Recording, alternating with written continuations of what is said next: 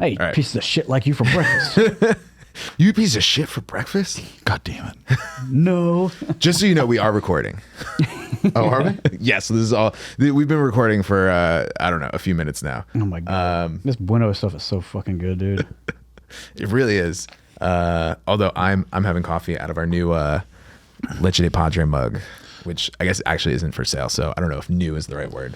So It's one of a kind.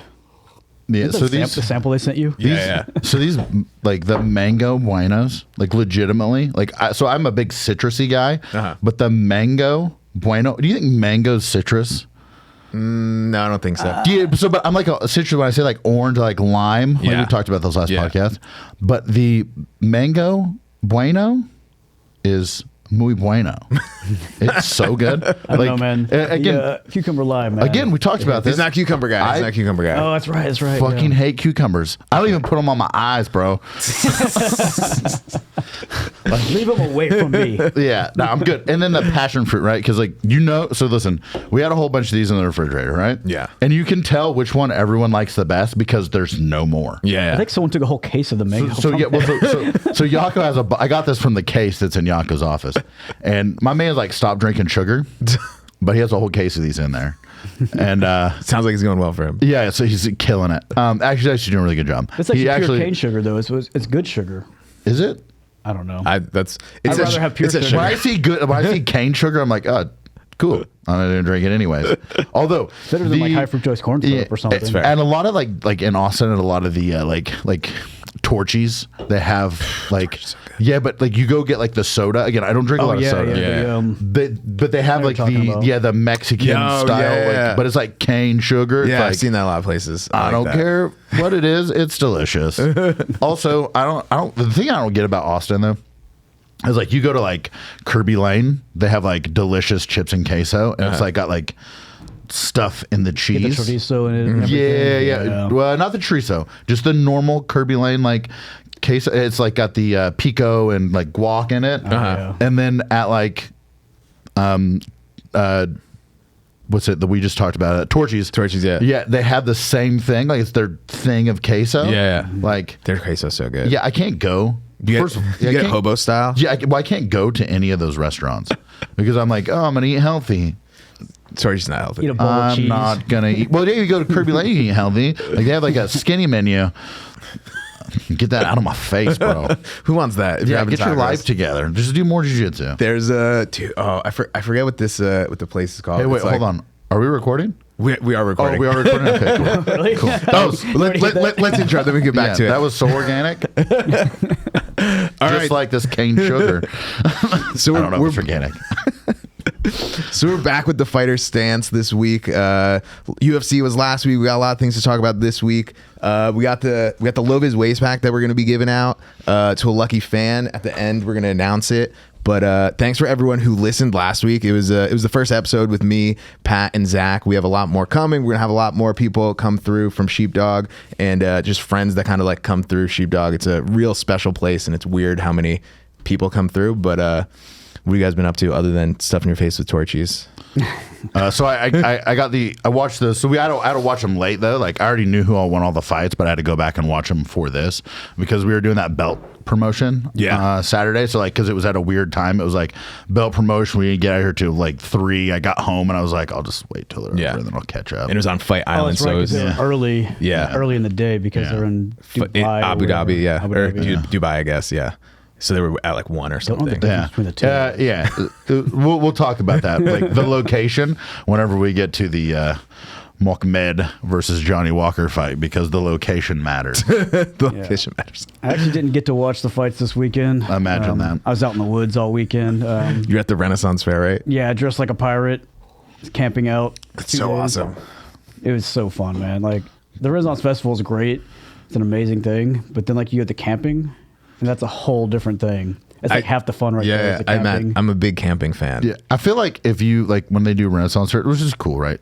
If that's your thing, like if people like from that time period, you bring them back and then be like, "This is so lame." Like, Oh, for sure. They're like, you have all this other stuff. Why are you using lame? Well, nothing? it's a theme park. It's not like no. it's like, Hey, it's listen, not like supposed to be I get realistic. it. If we took some pirates to Pirates of the Caribbean, they would also be like, "This is pretty lame." right? And they'd shoot somebody. Yeah, Definitely. Or probably. to steal your watch or whatever. How long have you been Renaissancing? Renaissance the first time I fairing? went to Texas Renaissance Festival when I was a child. Oh, I had wow. been like 6 or 7 years old. I So just loved 4 it. years ago. Yeah, pretty much. seven years ago. Seven, yeah. Nice. That's awesome. No, I haven't really been doing it a lot until this year. I went to Sherwood earlier this year a lot. And then I started going. Actually, went to Texas Renaissance Festival last year. A whole bunch of us went. Like Yeah. Matt went. Oh, that's and, cool. And Matt and Lee, and they brought their daughter. And then Jones went and brought his kid. I think Jones is going to take his kid a couple weeks from now. He's Yeah, going that's to what check he it out. said. He's, Yeah, the Barbarian weekend. Yeah. So this past weekend was Pirate Weekend, and Barbarian Weekend's coming up. I'm going to that one. So this is, I'll tell you how like uncultured I am, or I guess whatever. But like I always thought like when the Renaissance Festival is also like the LARPing thing, and the Renaissance Festival is like a thing that like you happen afterwards. So I thought you would go and like you would do the sword fighting and stuff, which I did. I took a couple of dudes from one of the gyms I trained at, and we went to one, and like everybody there was like super out of shape, and we show up like all MMA fighters, all in amazing shape, and just wreck shop. Like just if we got like corn, we just run away, and the people would run after us, and you could hear the inhalers hit, and you'd be like, "All right, we're good, bro." What, you've done LARPing? Is that you're telling me? Yeah, once. Okay. You're talking about like the LARPing like With the role foam model swords? style, Yeah, right? oh, Like where 100%. where they're like all like they got like magic and all these different things. Yeah. Dude, I used to work with a guy who he would do. I mean, it was basically real. They would I forget what it was called, but he'd dress up in armor and they'd have real steel swords and they would just beat the crap out of each other. Bro, Yako used to do that. Like it Yako sounded done that so before. intense. He's like I had to stop because like I got a concussion. Be like, it sounds like that's what all you guys are doing. You're smacking each other in the heads with steel swords. But they have a steel helmet on. It's fine. God no. No, not at it all. sounded insane. He said like you know you have to spend thousands of dollars on suits of armor. They weigh like 150 pounds. It's like a whole thing.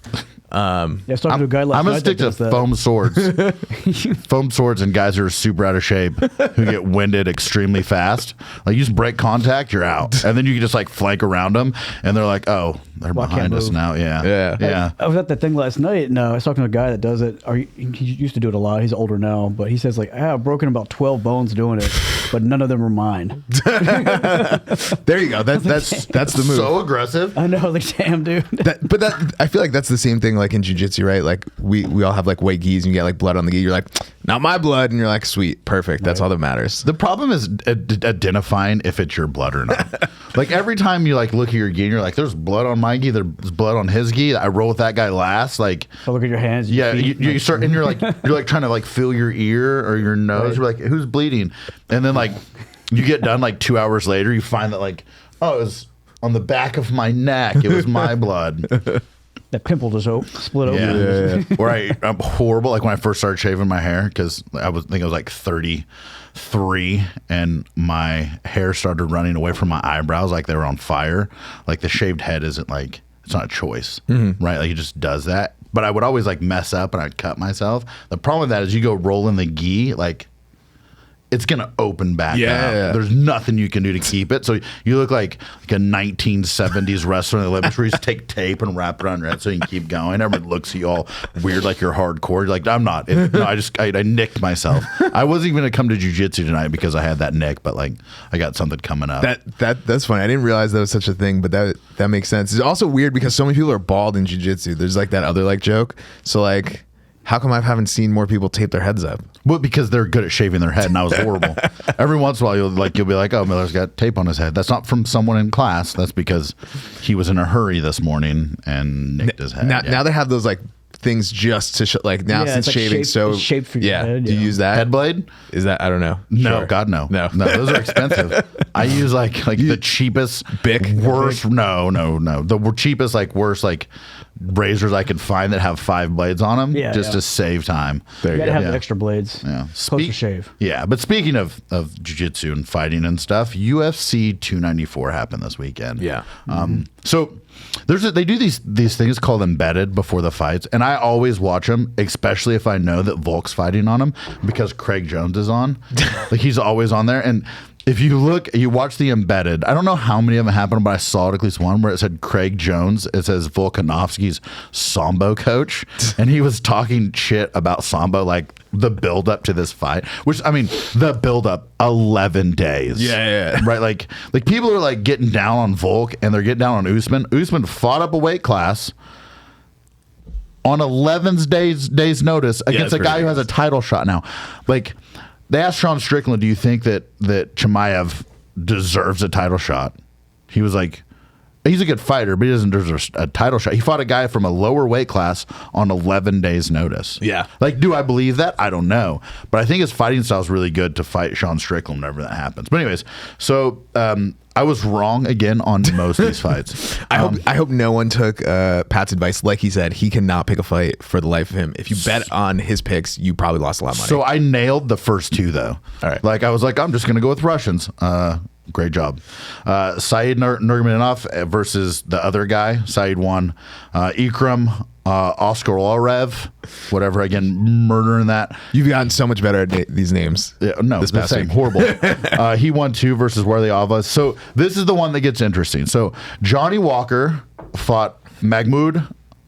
Whatever, and there was so close. There was there was an illegal knee in the first round. I think it was the first round. Yeah, in the first round, and the doctor came in, which the knee looked like solid, like it hit him in the face. But the doctor came in. I think Johnny Walker was okay, like he was ready to like go. But the doctor came in and was like, "Hey, like asking him questions." He's like, "Hey, where are you at?" And Johnny Walker said, "The desert." He's not wrong. Middle of the desert somewhere. Yeah, well, I think it's an island. Yeah. But it's near the desert. Island. He Desert went island, to yeah. the desert. Like, he's not wrong. And the doctor's like, nah, man, you can't fight. This is wild. Yeah, like, What was the right answer is the real question. Like, who's supposed to say I guess like, the exact place? in the octic. Like, yeah, do you want a 10-digit grid? Like, what are we doing? There's the coordinates. You need the coordinates, longitude Yeah. and latitude. Yeah, but whatever. Yeah, but like, so Where is it though? Is it Abu Dhabi or is it Dubai? What would be the proper actual location for that? I think it was Dubai. Yeah, Dubai? or Yaz Island. I think you could just say. Yeah, he There could you have said Yaz Island. I think he could have said like an island. Fight Island? Yeah, I don't know, Fight an island might be the too UFC, general. Yeah, He like, said the desert and he was wrong apparently. yeah, like so it ended up being a no contest because if it's It was a stoppage from that? because shit. of the doctor. So what happens though, I think if it's the first round and it gets stopped like that, it's a no contest, especially if it's accidental. I don't know how though you throw an accidental knee to the face of a grounded opponent like that, kind of on purpose. Although I am happy that like you didn't give Mahmoud or Johnny Walker like one of those guys the L from that. Like they should just fight again. No, for sure. Johnny Walker should recover. Oh, he's good now because he was fine then too. You should give him like next week, and you guys are gonna fight again. Like don't worry about making weight. Like we're good. Just fight. Right. Part two. Whatever. And Johnny Walker looked good. Like again, the embedded. Like he looked like he was training hard. He looked in good shape. But yeah, it's a bad thing. I think if it goes to the second round though, and the same thing happens, they go to like the scorecards. So they judge it off one round. I guess that makes sense, right? First round, you can't really decide who won. Yeah. I guess you can realistically, but they don't have a score, so it's hard for them. Yeah. Although I feel like half the scores are kind of made up anyway in the UFC. It's like, it's always 10-8, like, or 10-9. It's always 10-9 when they should. It's usually 10-9. So yeah, let's talk about that. Yeah. So Kamaru Usman versus Chimaev, like that first round. So he had Kamaru Usman's back for pretty much the entire round, and like for me, like he didn't do a lot of damage, but for me that would be a 10-8. Yeah. Right. And then like this, like Damian Maia fought Jorge Masvidal, and he has back for like 3 minutes of that round, and it was. I think they gave him a 10-9, but like if it's the majority of the round and you're not doing any damage, then like that's like a 10-8 to me. Yeah. Right. So like I think in the UFC, I think something that would help is the judges if they were like former fighters. So like Frank Trigg is a ref now, make that dude a judge. Yeah. Get some of these old guys who like dealt with getting bad decisions because they're gonna care more than this guy who's never fought before. Like, what are we doing? Like, get that guys who actually fought to be judges. Now, not current fighters. Can't be a current fighter because that doesn't then conflict of interest. Yeah, for sure. Obviously, I don't like that. But anyway, so Kamaru Usman, like again, I think one guy gave it like 28-28. Which I don't see that at all in the fight. Yeah. I again though, like Kamaru Usman's a 170 pounder. He's a welterweight. He went up to middleweight. People are like, well, Chimaev is a welterweight too. Not really. Yeah. Like his last 2 fights were at middleweight. I think one was at like a catchweight because he's too big. He can't make the weight. Yeah. So I think middleweight is his weight class. They're going to give him Sean Strickland. I think it's a bad fight for Sean Strickland. Just because Chimaev's wrestling. But we'll see. So I also thought that him fighting Stylebender was a bad fight for him too, and then he pieced him up. So like, who knows? And then Islam head kicked Volk in the first round. I like. That's and good. One of them betteds, they asked, like, you could tell him, ask him, like, hey, why'd you take the fight on short notice? He was like, oh, so I could set my family up and take care of my kids and all that stuff. So it was like, oh, they paid you Scrooge McDuck money is why you took it. That's what you were saying last week too, right? You're like, there's got to be like a reason.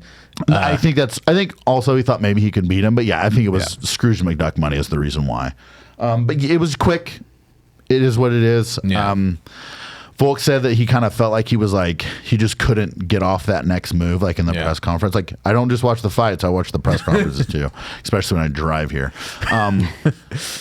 Or listen to them. But he was like, he felt like he felt slow. He felt like he couldn't get off that next step. Like he was like at 1, he couldn't make it to 2. He couldn't find the next gear, which maybe that's him, but maybe that's just Islam.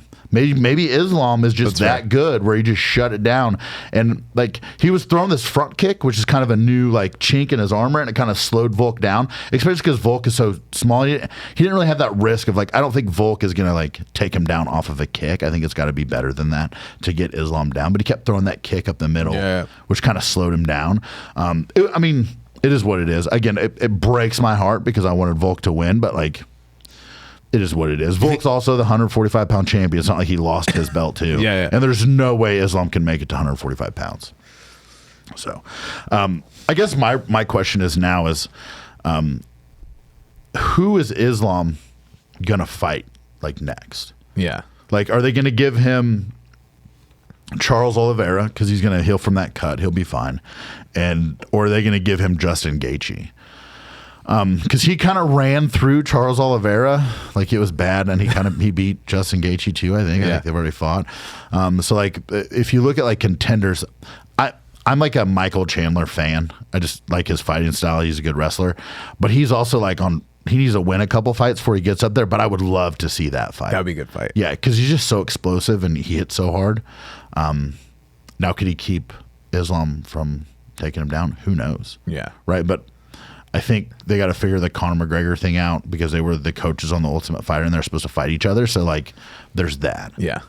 Which now that they don't have USADA, which is pretty interesting. Now we're gonna see the return of McGregor. Yeah. So that whole deal depends how much they pay him. I think. So I've been trying to figure all that out. I've been watching like different like podcast to try to figure out what is going on with that. Yeah. Like I know that like they said some things, USADA said some things that made the UFC mad that apparently were like, they said some things that were untrue because like USADA retracted them. Right? Like if USADA, like if it was true, like they wouldn't have retracted them. What were these things? I don't know. Yeah. Because they retracted them. Got it. Like, you know, I mean, I think a lot of people are. It was about McGregor though. Oh, specifically about McGregor. They talked about So I do think though that there's like everyone's kind of freaking out about this because USADA's like because the contract wasn't renewed. But I think like when it comes to anything, like it's like a business thing. So that it's just the contract wasn't renewed. It's not like they're not going to be testing people for steroids in the UFC anymore. No, they are. They're going with a different company. Exactly. I think I can't remember the name of it, but it's like the company that most people use. But USADA was also charging a lot, and I think this other company doesn't charge as much. That makes sense. Yeah. So and they do all the same thing. They do a lot of a lot of the bigger, like I think they do NBA, NFL, like MLB. they do some other things. So like it's a better like known one, but also like I think for USADA, the UFC was like their biggest. Oh, for sure, right? And so like I see USADA just taking a real big old dip here soon. Because I mean, what else do they do? They do like the Olympics and like stuff like that. Yeah, every 4 years. Or no, I guess exactly. every That's 2 my years, point, right? yeah. Every like so many years. I wonder if they're gonna allow this like new company or organization is gonna allow the like IVs, right? Because I know that was like a big thing that USADA kind of like put an end to a few years ago, that rehydration with IVs. Yeah, but it wasn't because of rehydration though. No, I know, but that's how they were testing for It's easier illicit use of drugs. Yeah, because it's easier. So I guess a IV would dilute like the test. Yeah, because now you're pumping like new fluids in there. So like that's why they were against. It wasn't because of the rehydration thing. I think No, of course. Yeah, it would be weird if it was because of the rehydration thing. But I think that was definitely something that was an issue though, because so many people do cut so much weight, get so dehydrated, which is just kind of like the name of the game in all fight sports. What? Not all. So we talked about one and how like they were so good at like. One has like all the different things. I have jiu-jitsu, kickboxing, MMA, like Best kind of cards. Yeah, right. So like they do hydration tests, like just like if you were like it's more high tech than that. Like if you're a high school wrestler, but like same idea, right? Same Where idea, like, I guess. So you don't cut weight, which is awesome. That. I think it's a great idea. Coming from someone who always cut weight since I was a child. Yeah. Since you were 4 years old. Yeah. As Pat likes to remind us. Yeah, but I was always like dad would like give me the choice, like you want to cut weight? I'm like, yeah, let's do it. Yeah. Like he never like pushed me. Which I'm an idiot. So I mean, I think that's such a good idea, especially when you see a lot of these guys. They could be in 4 different weight brackets depending on what they feel like or what they want to like actually do. I mean, going back to Connor, those like early days when he was like 145, he looks like a corpse, like it's crazy. And then you see him now, and he's probably like 220, like yoked. Yeah, but I know there's different things going on. But I'm just saying there's a huge range. I mean, even when what I'm referring to is when he was like very dehydrated, like very light, very small. Now different things are going on, right? But he moved up 2 weight classes even before all this. Yeah, so yes, 100%. But he was out of the testing pool. Again, I don't know. I'm not saying anything about this. I'm just making the point that my boy does not look like his jawline don't look the same. Like he's got bigger shoulders than me. Also, like maybe he just worked real hard. Maybe did a whole bunch of upper body stuff because his foot or his chin was broken. Yeah. I mean, he's also like a professional athlete, right? So I mean, his whole life could just be working out. And just because I feel like that's like one thing, like people are very quick to like say steroids, and I'm not saying he is or like wasn't, but I know that's a thing that like people put on Gordon a lot too, which is not said or done.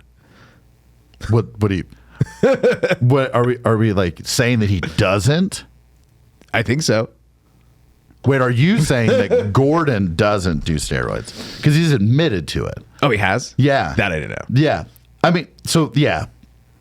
Right? That level of athleticism, you kind of have to do. Bro, he gained like something. 60 pounds in like a year. Oh, no, I'm not knocking it because pretty much everybody he's fighting, like, is on something. Like You have to. At that point, at that level of the most elite professional level. athletes, like you have to do that to keep up with. So, some of it, like training. I think that people are calling them wellness doctors now. Oh, yeah. Like, and now we're gonna like again. There's that is Nicky Rodriguez on anything, and like they did a blood panel on him, and it didn't look like he was on anything. It looked like he was just a freak, right? But like, I was watching a YouTube short yesterday, and like it's that Craig Jones is like, we're sponsored by like a wellness clinic. Yeah. But now does that mean like, but Nicky Rodriguez isn't using it, but like Craig Jones is probably using it. So like you can't knock somebody if like they just did that where they suspended like 3 or 4 people. IBJJF did because they tested the winners at, I think it was Gi Worlds or Gi Pans. Okay. Again, it was Gi Pans, and they all bounced before they got tested and left. Huge red flag. Like they all knew they were going to fail, but like.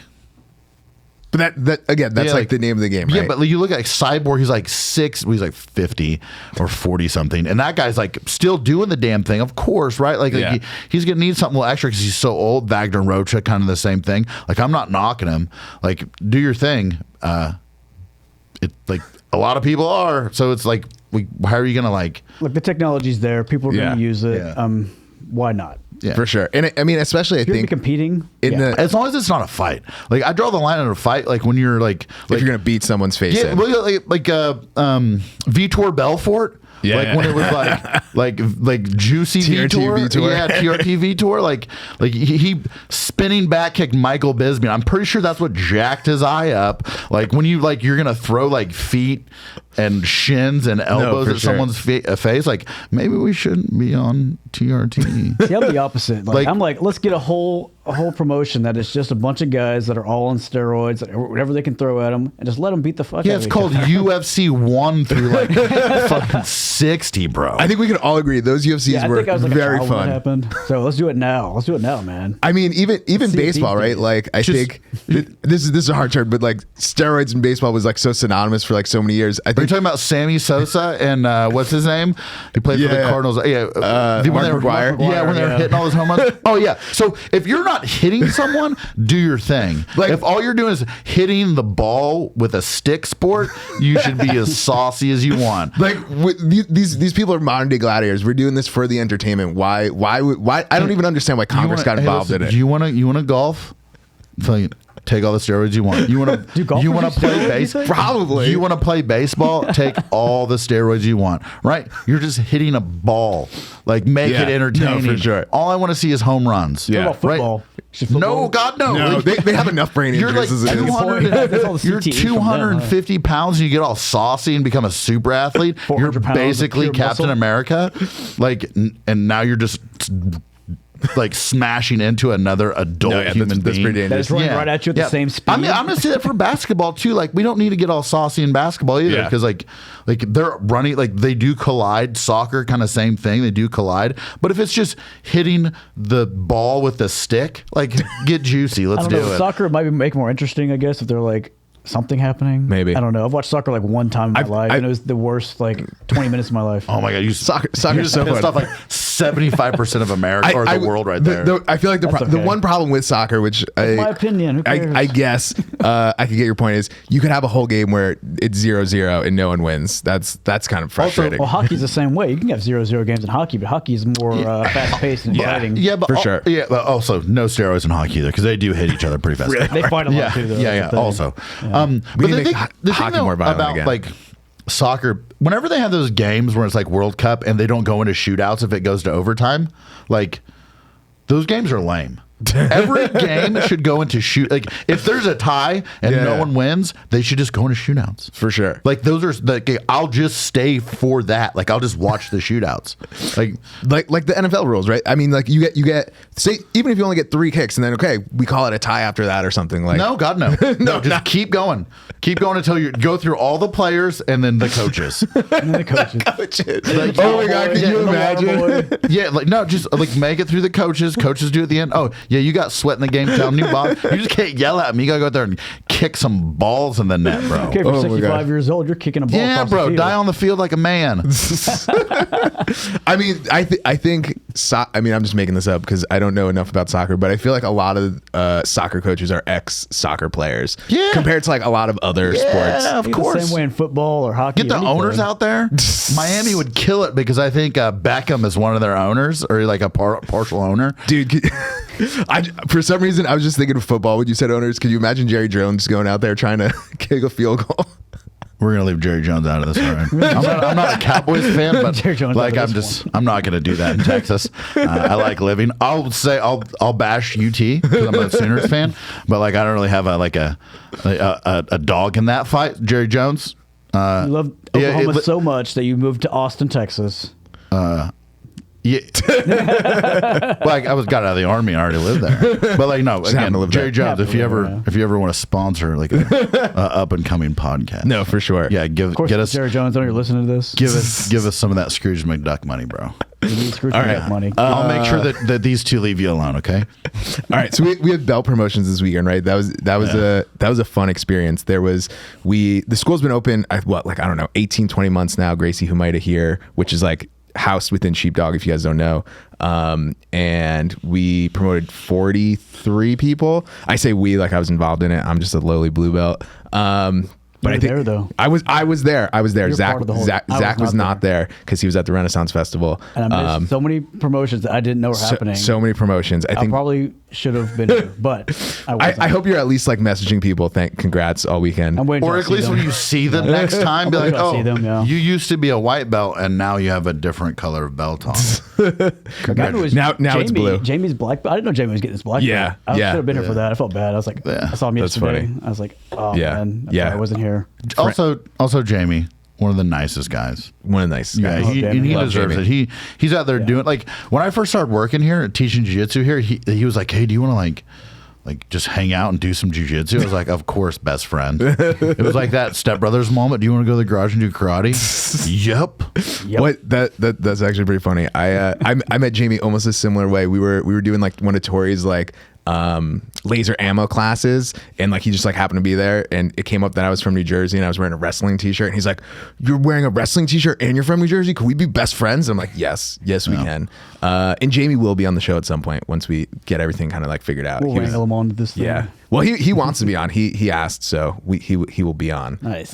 We just have to figure it out. We've been upgrading the studio, as you guys can see. We got sweet new mics. Thanks. By upgrading, they were in a pile in the corner of the studio, and we're like, "Hey, let's use those." Use these instead. Basically, we've kind of just used all the stuff that Tim doesn't use for his podcast, Yeah. and that's how we have our grassroots podcast here at Sheepdog. Also, like shout out to Carlos, like he's the guy that makes this run. I might talk the most, but he's the guy that like we would just be talking into an iPhone if it was left up to us. To be fair, Pat did want to talk into iPhones. He thought that would be the best way to do this podcast. Yeah, but what I wanted to do though is do it and then have the cameras in the background. Like, oh, we have cameras, but we're not using them.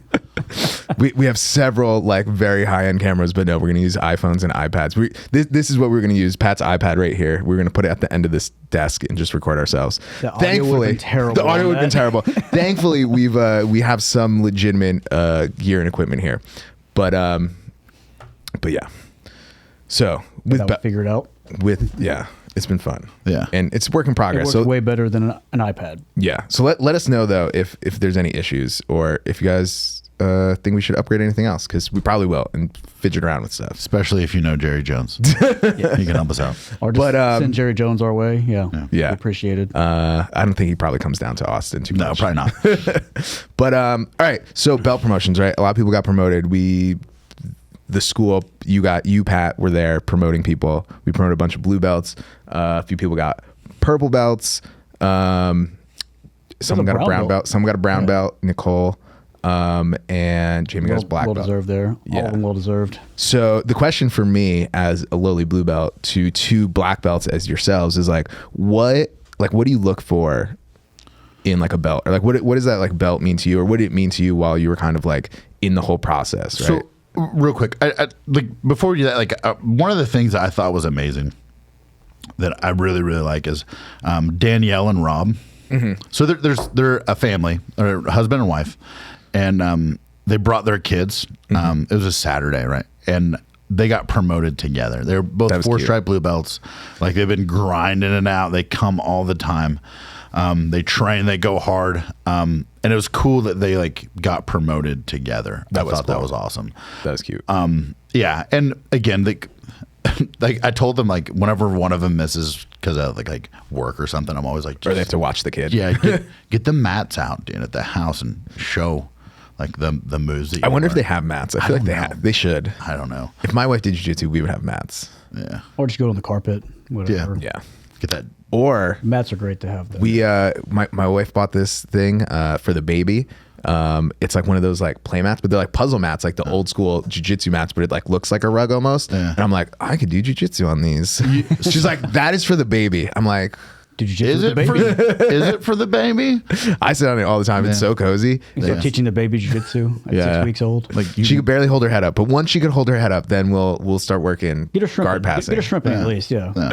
Oh, that's awesome. No, but like I think that the whenever you like you are a husband and wife and you both do jiu-jitsu, like I think that like one is like you're doing something together, so like you're getting like time with your spouse, but it's also like one of those things where afterwards you can like bond through that, which is amazing. I like when couples do jiu-jitsu, not when, so here's a caveat to that. If you're like a black belt and you try to teach your wife jiu-jitsu, that doesn't work. No. God, no, it doesn't work. Yeah, like you gotta be like, hey, you're at jiu-jitsu class, like we're like, you have to listen to me. Pat saying this as his wife is a white belt and comes to jiu-jitsu class. Yeah. And I have to like remind her like, hey, like this isn't me like telling you like, hey, like do the dishes, because I don't do that. This is me like reminding her like, hey, like I'm teaching you things. Yeah. Like no, I could totally see that. The first school that I was trained at, we had a husband and wife, and he was a black belt, she was a brown belt, and she'd always like ask him stuff, and he was super technical, and he'd like explain it like perfectly, and she just like wouldn't do it like however he explained it, and then like someone else would say the same thing to her, like maybe like a blue belt, and like then she'd like do it, and he's like, this is the same thing I was telling you. She's like, yeah, but I don't know, it was like different from them because you're telling me word for word, because we're in this lifelong relationship, and you're trying to tell me to do something, and I don't listen to you in any other aspect of our life. So why am I going to listen to this one? Yeah. Because this is my thing. I like this is what I do, and then like I walk away. The same kind of thing. Like the person she's drilling the move with, like explain, like, oh, okay. I'm like, who do you think told that person what to do? Me. Yeah, not me. But another white belt. Like, yeah. Anyways, so going to with like what the belts mean. Yeah. Like, there's this thing where people, like, before we go into that, but there's this thing where like a lot of time people will like quit after they get their blue belt, and like a lot of people always wonder why. I think it's because you've accomplished something, and forever now you'll be able to tell someone, oh yeah, I'm a blue belt in jiu-jitsu. I have another theory, honestly. So I think that could probably be part of it. I think one of the biggest things though is people who are white belts, they think that they're like pretty good, right? Because they don't understand that no one's actually trying against them. And then I thought once you get to blue belt, then people are trying, but apparently you need to get a purple belt, and that's when people start trying, bro. So I think really what the point that I'm trying to make, right, though, is that like you're doing good. You're like, I'm getting better, and then you get a blue belt, and like you reset, and like it's like your first day of jiu-jitsu again, because now the purple belts are trying. You got the white belts who like, I should have got my blue belt, like trying to get you. The other blue belts trying to be like, I've been a blue belt longer, I could beat you. And I think there's just like so much more of this like fighting but aspect. Like some of the like you rolled with them, but some of the white belts that go to my afternoon class, like if you don't try against them, oh, for sure, they're gonna get you. Like this is one of those things where I felt bad because we did like a club promotion. I would have promoted them like 3 months ago. Yeah.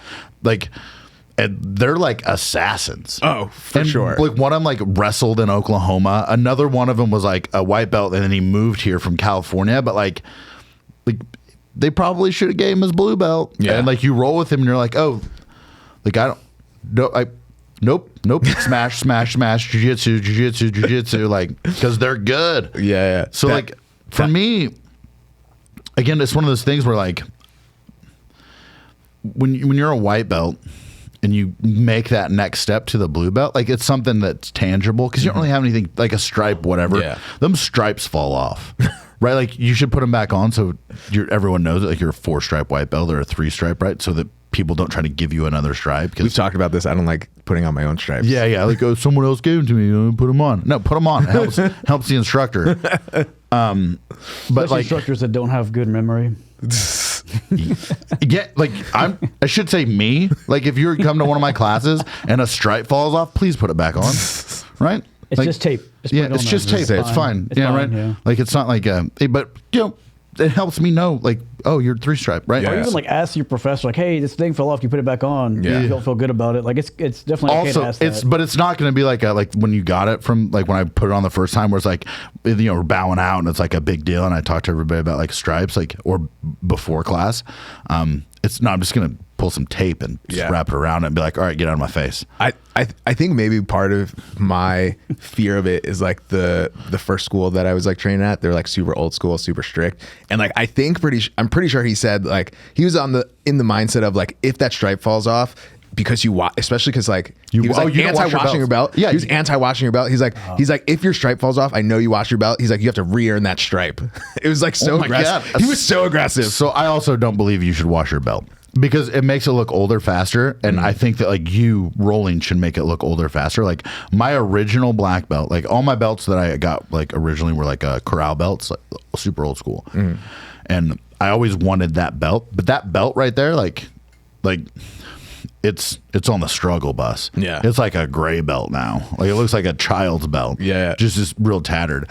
But I just like with the belts, is it accomplishment getting your blue belt? Oh yeah. Is it accomplishment getting your purple belt? Yes, it is. Is it accomplishment getting your brown belt? Yes, it is. Is it accomplishment getting your black belt? It's a huge accomplishment because you went all that way. But there's one thing that happens after you get your black belt. Like you start all over. Oh, you want to compete? Like the level that you go from brown, because brown, you hang out there for like 2 or 3 years, right? Now you're fighting black belts. Like in my Nogi Worlds bracket, Ricardo Evangelista's in it. He's been a black belt for like 20 years, right? So like you're now going against those guys. Like I would watch tournaments and like there'd be black belts, right? And Andre Gaval would be in their division just wrecking people. Like, oh, yay. Like the best grapplers in the world. Now I'm lucky because I'm old so I can do masters, but still you're getting those dudes like Ricardo Evangelista. Like he's tough, right? No, yeah. But like going back to the stripe thing. So I got my 4 stripes on my white belt in a bathroom at a jiu-jitsu tournament in like a gym. Yeah, so I was wrecking everybody. Like, I've been winning all these tournaments, and my coach was like, hey, like people are gonna like, I can hear them like say things like go to the bathroom and put 4 stripes on your white belt so people think that we're not sandbagging. Yeah. So I went to the bathroom, put the stripes on, and then went out and won the tournament. Nice. And it was beating like blue belts and stuff. Did you get your blue belt after that? No, I didn't. I didn't get it. Like I got it. Like I was at white belt. So you're saying y'all were sandbagging? That's what you're telling Yeah, me. a little bit. That's But what it sounds like. Yeah, but I like maybe, but like I was a white belt longer than I was, except for now I've been a black belt forever, Yeah. right? But like I was a white belt longer than any other belt, just because we weren't affiliated or anything. We were like an MMA gym. Yeah. I just wanted to do all the jiu-jitsu competitions that I could, and like it wasn't IBJJF or anything like that. So he's like, yeah, you're like, we'll just go to these. It doesn't matter. That makes but sense. He couldn't promote me. So then he got his black belt, and then he like we leveled up. But then I left. So I left. I was a purple belt, and then I left and went to another school. And I got there and like I was wrecking everybody, and they were like, well, "How are you?" Like, I mean, it probably helps that you were wrestling since you were 4. yeah, Wait, you wrestled since you were 4? yeah, Huh. yeah, I never knew that. Yeah. but like. Pat brings it up all the time. I'm running away. Now, I heard this different story about this guy. He was a brown belt that, I'm not going to say any names, but he was a brown belt that his professor wouldn't promote him to black belt. It was, I don't know, some kind of bad blood or something. But he cross-trained all over the place. He was just wrecking everybody. Everyone knew he was good enough to be a black belt. He was just destroying everybody. So one day he comes in the gym. He has no stripes on his brown belt. He walks in, just grabs from tape, just puts 4 stripes on his brown belt, and no one batted an eye. They're just like, okay. Yeah, don't do that though. Yeah, Don't do that. It's a different story. Like this guy was just wrecking the entire. But no, island. yeah. My coach told me to do that. That guy just sui sponte that shit and was like, stripes. No one questioned him though. Yeah. Everyone's like, There "Yep, there sounds is about such right." that thing though, right? Like the belt, like I mean it's probably hard to say what a belt means, right? And really my question was, what does it mean to you guys? Because everyone has like a different thing, but there's guys like that, right? For like whatever reason with the whole politics of jiu-jitsu, that they just like don't get the next belt. Like I know a guy, same kind of thing, except he's a blue belt. He's been a blue belt for like 7 years. He was a wrestler. He's smokes people in competition, brown belts, black belts, but because he doesn't, I don't know, follow the rules of like his academy or school or like what they want him to do, he's still a blue belt. that might be like a dojo red flag though. Yeah, that's probably a dojo red Yeah, flag. like that's like we're gonna talk about that later, but yeah, it's definitely a dojo red flag. But anyway, so like the white belt is like I feel like it's like the introductory belt. Like Yeah. you might be it for 2 years, but you're gonna like learn like basics, but you're also gonna learn how to get wrecked and just show back up. Like that's one of those things where like you're a white belt and you go to like a class, it's it's a decent school, like you're going to get punished. And if the black belt rolls with you, like he's going to submit you 50 times because that's when he drills. Right. Like, but you're going to learn that like, hey, like I shouldn't put my arm over here on the mat by itself because I'm going to get submitted. I shouldn't dive into this triangle choke. I shouldn't do this. So it's like one of those things where like you're going to learn a whole lot of things not to do. You're just not going to be able to fix it. Survival is the name of the white belt. Yeah. You're not going to be Learn able how to survive. That's what we want. Yeah, but white that's belt to blue belt. I also feel like that's a blue belt, a purple belt, and a brown belt. That's it. You're just finding new ways to survive. Yeah, as those belts level up. Surviving against someone, hopefully on the street who doesn't know what they're doing, I guess is the white goal. Yeah, but like I think it's one of those things where like I think that's the belt of just like showing up. Like all the belts you're gonna have to show up. I mean, if you're a purple belt, you could show up after drilling, after warm-ups. Yeah, I guess. Warm-ups, But like that's like the belt of like survival, right? Because you are getting smashed. You're gonna clean the academy. You're gonna do all the things that like white belts do. Yeah. You're gonna clean the mats, except for if you come here, I clean the mats. That's gonna stop though. But you're gonna do all those things, and then it's gonna make it where you kind of get that grittiness to you where you're like, it doesn't matter. Like no one's like, I show up every day. I'm going to get submitted 50 times, but guess what? I'm going to show up tomorrow too. Yeah. Right. You just get punished. Yeah. And then blue belt is like, you're kind of like starting to figure it out, or sorry, you think you're figuring it out, right? Like you think that you got it. Like I usually see people start liking no-gi more around their blue belt, and they kind of like, you can kind of dive in, especially like people, if you wrestled before, you just usually like no-gi, but like that blue belt, you start to kind of see, you can beat up white belts now, and you're that person that's making that white belt survive because you're gonna wreck them because you already did that, and you kind of start figuring out like, this is how my gi should be worn. Whenever you're a white belt, you just look like shit. And then but blue belt, you start figuring out, you start drilling a little bit more, you start like kind of getting in it, like you understand like, oh, if I put my guard on here and I grab their arm this way, like he can't like smash me and pass because I got these little things. Yeah. Like, you're not actually like submitting anybody but white belts, but like you're surviving now against some of those purple belts. And the brown belts aren't like, beating you as bad. And you actually have a conversation with one of them. Like, not when you're rolling. Don't do that. I hate that. But like, you're kind of learning those little things. And then purple belt is like where you're kind of like channeling some of those pathways now. You're not going to get them on brown and black belts, but you could start kind of moving that direction, and you start rolling with white belts, and then you're like, oh, this is the stuff that I did. And then you kind of reflect, and then you can help the white belts a little bit. Not during the round though. Don't coach during the round. That's when you roll. You can coach afterwards if you want. You only have a minute, so hurry up. But like, you can start seeing those pathways, and things are opening now to you that we're like, oh, like, that white belt's putting his arm where I used to put it. Oh, I used to get triangle show. Yeah. You're so dumb, but you did it like, why would you do that 5 years ago? Yeah. And then brown belt, like, I feel like when you get your brown belt, you're like, you should be able to teach. Yeah. Right. Like you should be able to teach and do all the things that a black belt would do. But you're refining that skill. Right. Like, because that's the teacher, like people don't know this, but teaching is not a skill that everyone has. Definitely not. Right. Like it's just, it takes some practice for some people. Especially like coming from the combatives world where like you see some of those guys who go to like level 3 and then they try to teach and it's horrible. I feel like though, like watching other people teach, that teaching is almost like a cheat code to getting better yourself, because like you really have to like, especially like in the earlier days, you have to really think through how everything's happening and what you're doing and how to explain it. Yeah, you mean earlier days when there was like 6 purple belts in America? I meant earlier days as in like before you're like in your lower belt. In your lower belts. Yeah, no. I mean, you could be a purple belt, right? Yeah, no 100%. Can't teach under purple belt. But like that brown belt though, it's like he's like attacking now, like he's using white belts to drill even though they don't know he's drilling. But like he's like, oh, I'm gonna work this today, and he just does it to all the white belts. Yeah, like he's at like that belt though. And then he can help teach, he can do things at the academy, like and then help everyone else improve, and he kind of takes that role. And then the black belt is like, I would say mastery, but I don't think it is. Yeah. Like I think that the black belt is, again, I feel like it's starting over.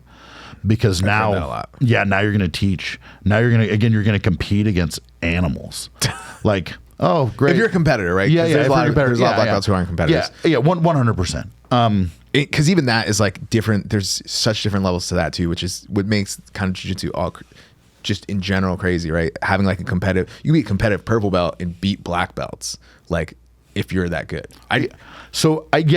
You're never gonna see that in a gi tournament though, because they don't compete against each other. Like you're only really gonna see that. I've seen it in a gi tournament. Really? Yeah. So I've never seen. I speak like IBJJF. Obviously it wasn't IBJJF, right? But it was at like It's a gotta local, be a really small it was like a local local tournament. Yeah. The black belt won it. I think maybe his person like dropped out, and like my buddy who was a purple belt was like, stepped oh, yeah, up. I'll fight you. That's cool. and then he won. So Yeah. unideal if you're the black belt. Yeah. 100%. Also, there's that thing, and like this is gonna make a lot of people mad, and I'm okay with it. But like, my deal is like, you're supposed to like, you're never supposed to ask like a black belt to roll, which I get that, right? Unless you're here at Gracie, we support that. Somewhat. Don't ask me to roll. But no, hold on though. I support it. Yeah. Like in every academy I've ever trained at since I've been a black belt, I said, if you want to roll with me, just come ask. It's not disrespectful. But what I see a lot of the time though is people like, don't do this because the person that wants to roll with you can see it. Don't like you like look at him like out of the corner of your eye and you're like, then you look down the ground to like avoid eye contact. Like just tell me no. Hey, like I'm all set, bro. Yeah, like, yeah. I don't want to get smashed. Like cool, right? Like I'm okay with that. But don't like blatantly just be like, what? What's going on? Yeah. I don't. Yeah. But I mean, I think that's reasonable, and I think a lot of upper belts, black belts do it more as like a safety precaution because more often than not, I feel like I hear that upper belts get hurt by white belts because they just start doing some wild stuff. Yeah. No, and that's why I like there are times where you should do it, but like if you want some, come get some because my jiu-jitsu and my wrestling are good enough where you can get wild, and I'm gonna smash you. Yeah. Right. But I understand, like, if you're a smaller black belt, we're going to talk about this in a minute, too. Yeah. But if you're a smaller black belt, there's like a 300-pound dude there's like, let's roll. Like Jason. Yeah. Jason, small black belt. Super. He fights a rooster. He's so good though. Good, though. But he don't care. No, yeah. There was a guy at Heroes Jiu-Jitsu the other day that, like, he was an older dude, but he was probably like 250 pounds. Jason's like 120. Like, he's like, Literally twice. Oh my Jason's God. size. yeah. And like was like just again, Jason, super technical, but this Yeah. dude grabbed his gi, he's so big, and Jason's like trying to protect getting his face smashed. And I was like, oh, like it wasn't the guy wasn't doing anything technical. He was just grabbing the gi and wrenching, and you see Jason just like, this sucks. Just getting, and then finally like the round, they only rolled for a couple minutes, and then finally the round ended. And like the Jason's an older guy too. I was like, "Are you okay, bro?" He was like, "Yeah, I'm fine." I was like, I mean, he's a black belt in jiu-jitsu and a black belt in judo, so he's definitely been around. yeah, double. Smaller in these sports. Yeah. You're you've gotten smashed your fair share of time. Oh man, especially judo. Yeah, so in like he's, and I'll ask him every once in a while to teach judo because again, I'm not pro judo. I'm pro wrestling. Pro wrestling. I Nice. hate you. I like it. Yeah, I hate you so much. We'll get you a belt. Yeah. Luchador mask. We have one in the office. Yeah. I'll go grab it So for like, the next episode. So I have him show some judo, and like he's so technical. And there's a white belt who comes in here, and he's done judo too. He wears a Stanford. Like, Oh, I know who you're talking about. yeah, Stanford judo. Also, Yeah. whenever we do judo, like that guy's so scary. Like I'm gonna, as soon as you touch me, I'm pulling guard. Judo. I mean, even though you're anti-judo, I feel like judo is very scary and very technical. So my favorite grappler of all time, Adolfo Vieira, GF Team Black Belt. He had the scariest judo, and he would just throw you all over the place, and then like he would like do like the where he pops the collar and and then The wave. the wave, and then Sotogari people like on their, or drop Sayonagi people on their head, and then just go to war. And he has like his guard passing. Like I get my guard passing from him. Nice. Like the way he, especially in the gi, the way he passes, like it's crazy. That's cool. Yeah. Anyways, so let's, we alluded to it a few times. Let's do some red flags to kind of like fill out the rest of the episode. so if you show up at a jiu-jitsu school and there are no girls, Red and flag. there are, well, hold on. It is two the same. No girls and small dudes. Like that's not great, especially if you're a small dude. I don't I don't understand the small dude part. You're gonna get smashed, bro. All the small dudes leave because they just no get small. worked. Oh, okay, I understand. They just get worked, right? So like, if you show up to show up to an academy and you walk in, Just straight and big dudes. There's straight all big dudes and no women. Which is basically was jiu-jitsu in like the 90s. Yeah, so There's like, nothing wrong with big dudes. It's just about big dudes who don't know how to control themselves. yeah. So yeah, I'm a big dude. They have I'm no just chill, basically. Yeah, I'm They just saying. can't- they can't roll with the small person. Like, Yeah. when I roll with Pat, he's not just fucking throwing his 300 pounds at me. And I don't know, way through. No, but that he's makes not throwing sense. his weight at me. He's actually moving and trying to make me give me a chance to work my Yeah. game because he knows he's 100 pounds larger than me. Yeah, and I think to Pat's point too, when they don't have those smaller people there, they can't really work on that technique, right? So like they have to be like all about pressure and crushing and like try and flatten you up as much as possible versus like, not saying they're not being technical, but Yeah. it's not going to work out very well And probably for kind of you. Yeah, kind of the same thing with women too. And then there's that, like, if there's no women at the academy, Yeah, like, they don't know how to roll with someone who's smaller than them. yeah. Yeah, like they don't know how to control their movements and stuff like that in a way that they're actually being technical. Yeah. To be quite honest. Yeah. 100%. That's a big red flag for me, especially being a smaller person. If I walked into a gym and it's literally just guys who are 200 pounds plus, that's not a good sign. No, God, no. No. If the instructor or the coach never rolls, Oh yeah. I'm not a Like, fan of that. yeah, if he never rolls, like, and there's the flip side of that too, where if you go to academy and you know who you are, like if you're out there and you do this, like stop doing it. If you like are a brown belt or a purple belt or whatever, and you're a bigger dude and you go to academy and the instructor like has you roll with all these dudes like brown belts and black belts and everybody else, and then at the end of class, after he got done rolling with all white belts, he's like, "Hey, you want to roll?" And you're like, "Bro, I just went through the gauntlet." Yeah. Like, and you want to roll with me now after you sat out 6 rounds? Like, no. Like, that's also, if that happens, get Red out of there. flag. Yeah. I feel like this one's like more random, but definitely something that happens if there's not like clear signs to like not wear to wear shoes around. Like I've been a few places where people walk into the bathroom like barefoot. That is Oh, no. super sketchy, and people like don't bat like an eye about it. And I'm like, what is happening, guys? Yeah. Like, hygiene is huge whenever you're doing grappling sports. yeah. I know we were talking about it yesterday. Like, you don't get staff with Matt, but that's how you get staff. You can get a lot of things. Like you can get if you're walking in the bathroom with bare feet and then walk on the mats. Like there's other things you can catch besides staff. There's worse things you can. There's worse things that you can worse get than things out staff. there. 100%. Going back to this, if you can't cross train. Oh, Yeah. dude, that's like the biggest one. We I talked think. about it last time too. Like, Yeah. I got yelled at for going to Marcelo Garcia's seminar. That coach though, awesome dude. Yeah. But like, I think it's such like an old school mentality, I think, where you're kind of hiding what you know from like other Yeah. people and like trying to be better. But I think yeah. But now the internet exists. yeah. And But I mean, I also think that's like the best thing about jiu-jitsu. It's like so communicative. So like you could like just like step in anywhere. Like you could go on vacation somewhere, go to a jiu-jitsu school, and like you're like welcomed with but like I wide think- arms. Yeah, I think some of that too though is like one of those where if you go to another place and is the coach worried that like you're gonna go there and like it better because the technique is better? You know what I'm saying? Oh, for sure. Yeah, like is that a problem, or is he worried that you're gonna give away the secrets that he taught you because he didn't teach you anything that's different, right? either Like, way, though, it's like it's still a huge red flag. Like, Yeah, one no. human being trying to control another human being from Yeah. doing something with their own time and money. and money. Like, That's a weird thing. It's Yeah. like it's very for lack of a better word, like cult leader Yeah. type thing. Like, oh, you guys sit here and just train with us. 100%. Yeah.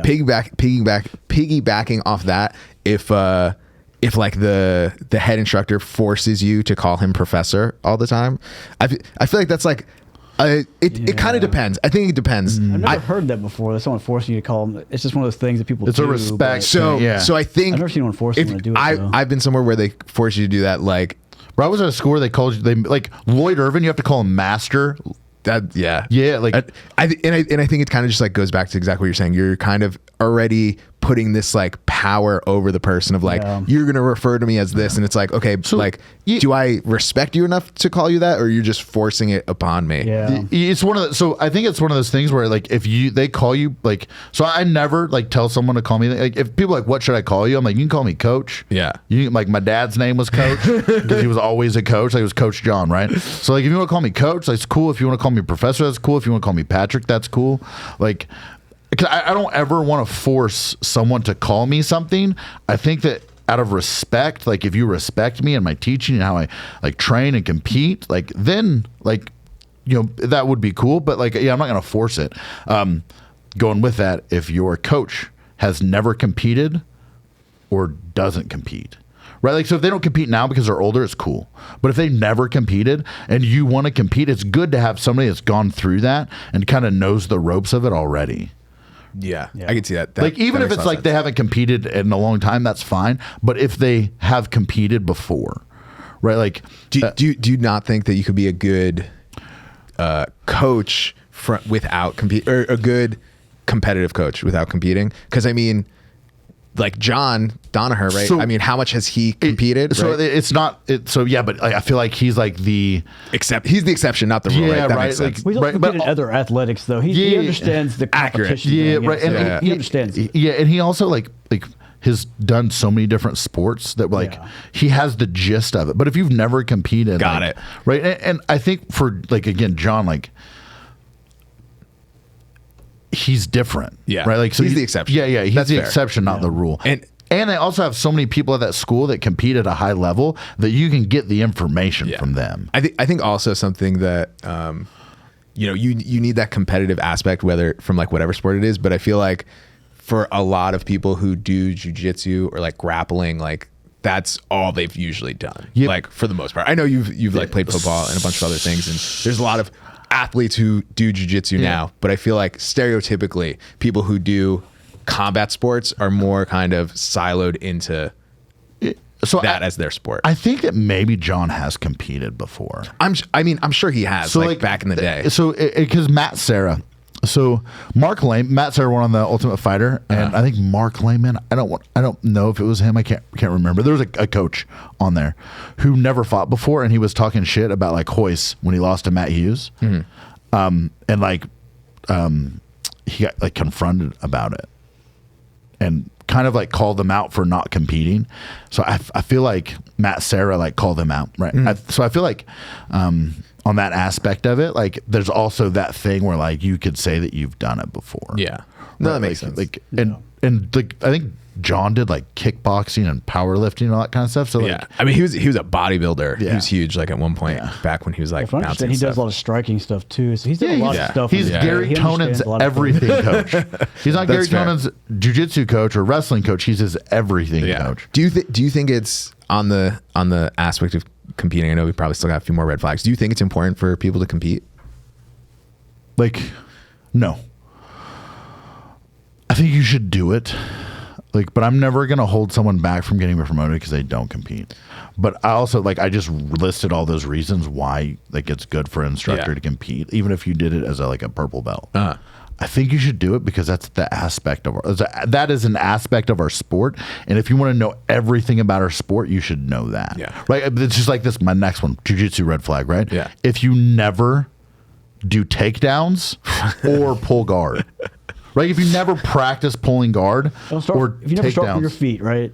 You got to start with your feet because we're going to start in a tournament. We're going to start if in a self-defense situation. So that's an aspect of our sport that you're not learning. I think Robert Drysdale was like, stop being lazy and learn takedowns. Yeah. Right. So but also there's another way to get the fight to the ground, and it's pull guard. There's nothing wrong with that.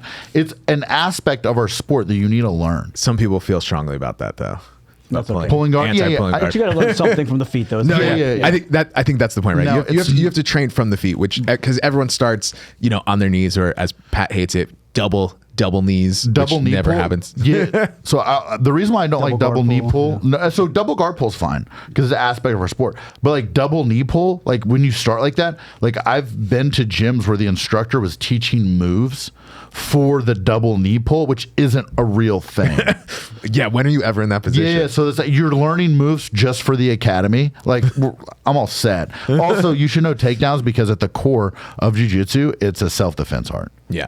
Right. So you should be able to know how to get on top. Which I think also goes back to that combatives thing, right? Like that's what you're trying to train to. Most people, I should say, are trying to train for like a self-defense aspect, even though it kind of To some extent, As soon as yeah. you get into jiu-jitsu, I feel like you immediately forget about that and you're totally sport mode on it. But that's what you're trying to do. You're trying to be able to take care of yourself if an altercation would come to place in the real world, right? And if you're never starting standing or never competing, you're never going to get that real feel, because because that's like one of the things that I tell like all the white belts too. Like one of the biggest differences between like training here and like going to like an actual tournament is like it feels like life and death, for lack of a better word. Like it becomes that much more real. Like you feel if you let this guy take your arm, he will break it. Well, Yeah, you get that real like adrenaline dump, that real like You're in a real fight. It's a fight. I need to defend myself. Well, also you want to go to like, because if you roll against the same guys every day, this is like another reason why cross training is good. But if you roll against the same guys every day in the academy, like you're going against those guys, not a lot changed. They're learning the same moves you are. Yeah. But you go to another academy or you go to a tournament and you roll with those guys, it's going to be different. It's still jiu-jitsu, but it's going to be different things. And you're going to be like, oh, like this pathway doesn't work on people over here because they're doing this. I didn't know this thing. It's also one of the things is like going from white to like black belt. Like you should go train with other people, do tournaments, and you kind of figure out like if your game is like it's like a check on learning of your jiu-jitsu game, which is always really good to do. I love that aspect of cross training, where you go somewhere else and it's something that you've already seen, you've learned a bunch of times already, and then they show you, they do it a specifically different way because like that's how they like to do it, and now you're like, oh, that's what clicks for you, or like that's like the difference of like you being able to hit that sweep or not. And I think that's actually one of the really nice things I think about being here at Gracie Humaita. We have so many different instructors, and none of them came up through this school or like through like the same rankings, right? So like everyone has completely different people that they've learned from before they got here, and now it's kind of just like a wealth of knowledge that's kind of all collides here. Very true. Another red flag is like if you walk into a gym though and they're trying to sell you the first day you get there. Like, you get to sign you up right now, we'll lock you in, it's a 2-year contract, no big deal. That's a huge red flag for me. I've had that happen before as a purple belt. I moved a lot as a purple belt, by the way. Yeah. As a purple belt, I walked in like, I'm hey, going to come check out the gym. And they're like, all right, cool. And then like roll, and like right afterwards, pull me off the mat. Come to the office real quick. We'll talk to you about our pricing plans. Blah blah blah. Yeah. Whoa, I just want to come roll real quick and check this place out. They talked to me for 25 minutes after I rolled, trying to get me to sign up that day. Yeah, but like, I got other stuff to do. They probably also like had a gi ready for you with the contract that you were about to sign. Right. Like, you also have to take this gi. Yeah. And you can only wear this gi. Yeah. I get that aspect, but like it's also like if you just let me sew patches on the thing, like that's cool. Yeah, that seems reasonable. I've never seen a place like you can't even sew patches. Like, no, you have to buy this one. Actually, well, I guess I know of some schools that maybe that exists. We won't name them. Yeah. But yeah, doesn't matter. But yeah, those are good ones. Anything left in your list, Pat? Yeah. No, I think that was it. Also, if you don't have fun. Like jiu-jitsu is a grind and it's rough and you have really bad days. I had a really bad jiu-jitsu day yesterday, but it's a grind, and some days you're gonna have bad days, but like you usually, except for your white belt, you're probably have a lot of bad days. But some days are gonna be better, and you're gonna take the silver lining on that. Yeah, but like you should have more good days than bad days. Yeah, right. Like, and you should develop. Like, if you are training there for 6 months and you have no friends there. Red flag. Yeah. Like all my friends are people who do jiu-jitsu. Yeah. Right. Like I don't really have a lot of friends outside of that. So like, if you're not having fun and you don't develop friendships, like there's something wrong, and it's either with you or the academy. Maybe it might be time to like go like check out another one to see if that's a thing. Like my boy Nick over there, like he knows everyone. Like literally everyone. He'll be like, oh, you know this guy? I'm like, no idea. Like I wanted to get some tattoo work done. He's like, I know a guy. And I was like, does he do jiu-jitsu? Shout out to I saw tattoo. But he was like, yeah, I got a guy. He's like, he did some modeling for me. I was like, I don't know about this. And then to be fair, I moved to Austin like a year ago, and the only thing that I was doing for the first 6+ months was train jiu-jitsu, and I was hopping around at a whole bunch of different places. I mean, this was like my home since probably like day one, but I was like hitting up open mats, coffee crew, and visiting different people and places because that's like one of the greatest things about being able to cross train, especially here in Austin. There's an open mat probably every day that you could go to. So didn't Coffee Crew come here on Coffee Sunday? Crew was here on Sunday, which that's kind of a cool deal. Like they do it a lot at Soul Fighters, right? And then they did it at Henzo Gracie in Georgetown, I think, and then they came here. Yeah. They came here Saturday. Yeah, so that's like their whole deal. It's like no dojo tripping. The guy who runs it, he's like based out of Soul Fighters, but they do like no tripping. That's their thing. Yeah, it started in like California, but it's supposed to be like it doesn't matter where you're from, doesn't matter what you're doing. Did he move to Texas? He moved to Texas, yeah. So original. But but he wasn't the guy who started it out there. Like there was other guys who started out there, and he just kind of like brought that vibe down here. But I showed you that video of that the gorilla.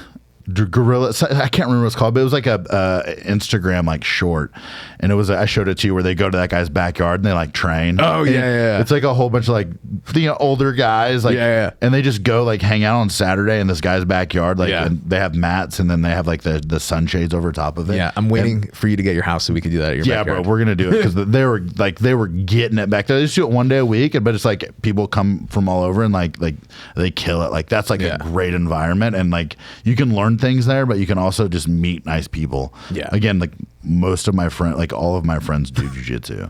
So like, again, I think friends to have. I think that's the best thing, just the community that kind of follows all through kind of jiu-jitsu. And I think it goes back to this like other kind of idea where you're all kind of doing something really hard and you're all kind of just going through it together and growing. And like it's so hard to like find those people out in like the real world. Like especially I think once you like kind of like hop into jiu-jitsu and you're like, oh, like everyone's life seems to, once you start training, at least once you get to a blue belt, if you don't quit, like revolve around it. So you're like, oh, like you want to go out drinking like tonight? Be like, I got to go train tomorrow morning. Yeah. Like, what are you doing? Well, 100% makes you get your life in order. Also, like one of the things too that I've seen it happens a lot is like, so guys who are in the military, shout out to Heroes Jiu-Jitsu. But guys who get out of the military, like you have that brotherhood while you're in, and then you get out. And there's like a void. Yeah. Like you're not doing anything really physical. Like you might go to the gym, but you're not doing that like super hard. You're doing that like voluntary, right? Like there's a statistic that when you get out, you gain like a certain, like 90% of people gain weight when they get out of the military because you're not waking up and doing PT every day. And then you're missing that camaraderie. You're missing doing really difficult things. But like jiu-jitsu is like all those things. Yeah. So like if you're like a veteran, you're a police officer out there, like you just, whatever, like, and you're trying to find a community to help you grow as a person, like jiu-jitsu's like that. Yeah, for sure. Like it'll help you like fill those gaps that you're missing. You're gonna be really bad at it. Like if you were like a stud like soldier or Marine or whatever, like a stud in the military, like just expect that you're gonna suck at this for a while. Like don't go in there and be like, I was good at that, so I'll be good at this. You're gonna be horrible. Yeah. But you're gonna get better and you're gonna get friends and you're gonna fill that void.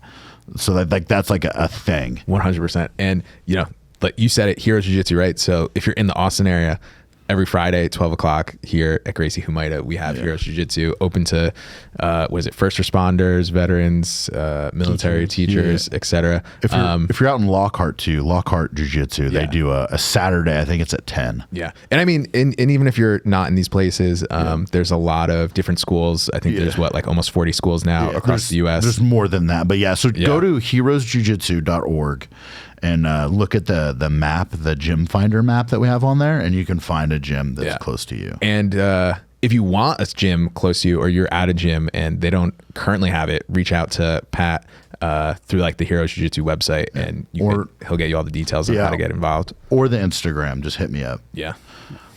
But like moving on, so we're this weekend we're gonna be at the Rogue Invitational. Yes, we are. This is gonna be so much fun at the Go Ruck booth. Like I got some Go Ruck shoes on right now, they're awesome.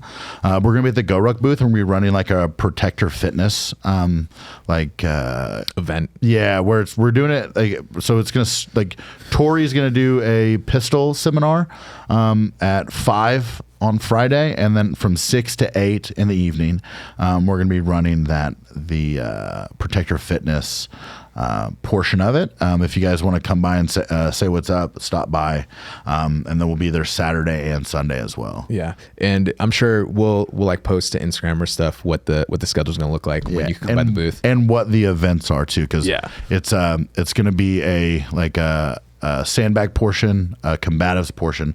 So if you think you're tough and you think that you can escape the mount with me on top of you or Yako, come find out. Good luck. Good luck, because that's probably not going to happen. Yeah, and then there's another fitness portion, and then we're going to have some of the laser training guns that we use out there. And I think the winner of, like, because we're going to record times, and the winner of the overall deal, like, they're going to get a they're going to get a prize. Yeah, they're going to get a prize. Yeah, so just come by and check it out. Speaking of winners, Speaking of winners, his waist pack. Yeah. So last week we told you guys that if you commented on the YouTube to help us out and say Bueno, which is a delicious energy drink with pure cane sugar, we were going to give away one of our the most popular item that we have at Sheepdog. It's this low-vis waist pack. If you guys could see it, it's a concealed carry, so you can put your pistol in there. You can put your chapsticks. It's got a little phone pocket. It's amazing. The best like pull tabs on the zippers of any like backpack or like fanny pack or anything. Like those zippers are like awesome. No, this bag's awesome. But we're going to give one away to you guys. We had a bunch of people comment and enter. Before the podcast, I ran a little random generator, and we came up with the winner as Bwyt, BWYT08. If you can reach out to us on YouTube, we will just let us know what color you want. We have a few different colors. We have black, gray, red, blue, green, and coyote. You can check out on our website if you want to see what the colors look like, but message us on YouTube and we'll get all your information and send it out to you as soon as possible. Can we just start calling it tan? Tan. All right. Yeah. I know that like I know there's a lot of different colors of like tan, but it's tan. I'll agree with you. It is more tan than coyote. Yeah. Well, no, stop it. Like there's dark tan, which people call coyote, and then there's like tan. And then what's coyote? Because I know you're a big coyote fan. Dark tan. Got it. Yeah, okay. like we're like trying to make it cool. Like people are, it's coyote. Stop it, dude. Coyote specific. Yeah. I don't know. I feel like it's like OD green. There's like 12 different colors that it could be. Yeah. But so it's like November is a hard segue. But in November, there's a lot of stuff coming. A lot of jiu-jitsu stuff going on. Yeah. So and I think it's in Long Beach. They're doing the IBJJF's doing the Crown event. So it's like a 4-man tournament, but it's like they have like there's 4 or 5 different, like all the regular different weight classes. Yeah, and then they have a female portion too.